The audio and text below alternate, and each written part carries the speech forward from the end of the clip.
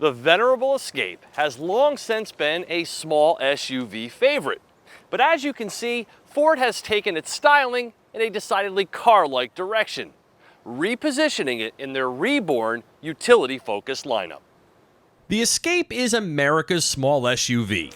Having been on the road now for 20 years, it's where we've turned when the patriotic pangs pull us away from the RAV4, CR-V, and Rogue. And now that Ford is almost exclusively a truck and SUV brand, they've seized the opportunity to morph the Escape into something a little more car-like, so as not to alienate shoppers who aren't SUV crazy. And yes, believe it or not, those people still exist. Lower, wider, longer, and more aerodynamic, the new Escape resembles less the tough little SUV it once did, and more the bastard child of a Porsche Cayenne and Tesla Model 3. Thankfully, this is the Escape's worst crime, as the rest of it is actually very good. There are 9 specific trim levels with a starting MSRP of $26,130, and look who's back, the Escape Hybrid.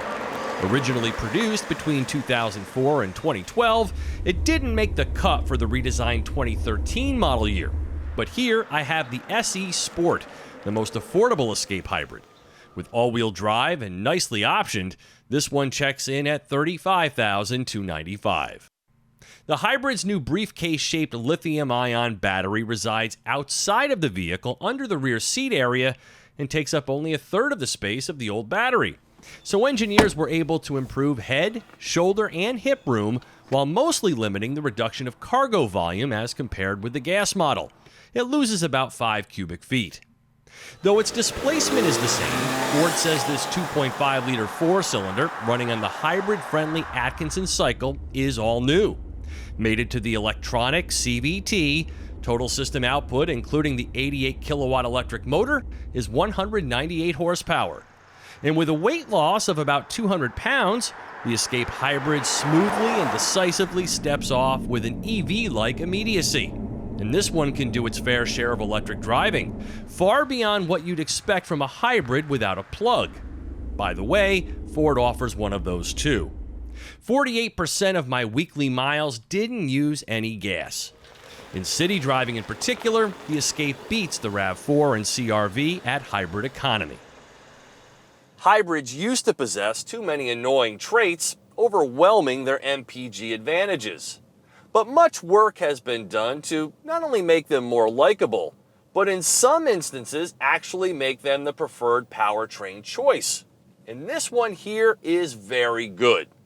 Now, Ford's Escape hybrid strategy has changed little over the past 15 years, electrically boosting a 2.5-liter four-cylinder eCVT pairing to produce car-like fuel economy in a small SUV. Now, back in the day, this one would have achieved only about 27 mpg, but now I'm averaging over 40, and the drive is impressive, with only a couple of things I would tweak.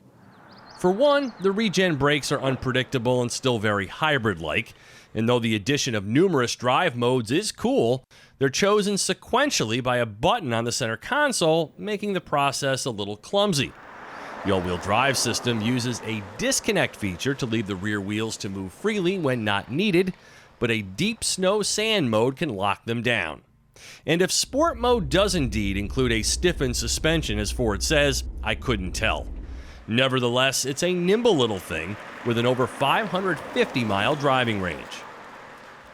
The Escape's cabin feels very familiar, perhaps a little too much so for a completely redesigned model, but nevertheless, these seats are a little slice of heaven with lots of cushioning.